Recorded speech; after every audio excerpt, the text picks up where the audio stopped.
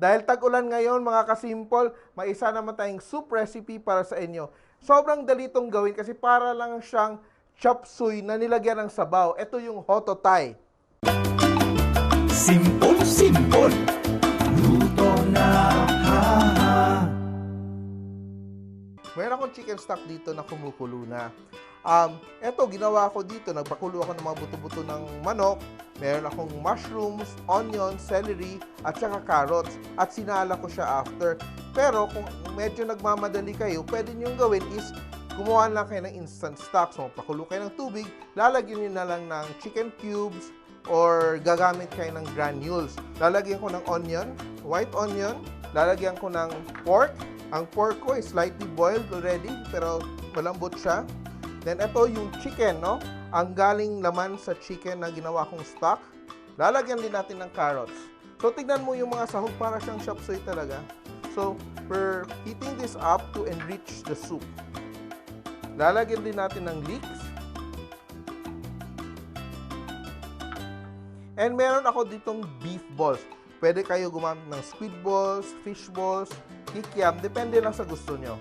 And lalagay din natin yung ating mushrooms. So, meron tayong shiitake mushrooms.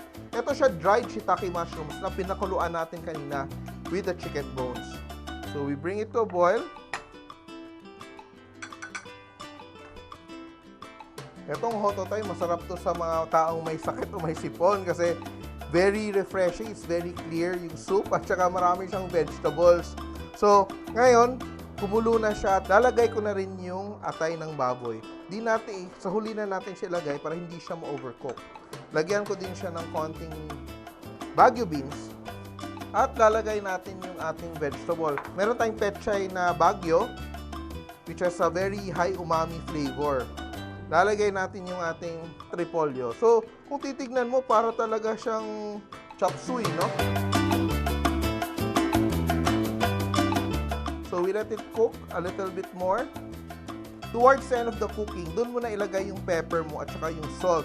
Yung pepper just to give it a little bit of kick.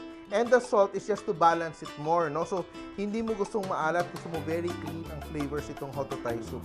So, we just allow the vegetables to cook and soften a bit. We don't want to overcook our leafy vegetables. We're ready to plate. So, we have a lot of stuff here. We have chicken, we have pork, we have mushrooms. We have beef balls or squid balls if you want that. We have carrots, all sorts of vegetables. And we are using the Evolution ceramic casserole pan from Masflex. Yan. So it's very hearty and delicious. Look at that. And to finish it up, we will add a break an egg. Traditionally, the way Hototay is served. And we have some fried wontons.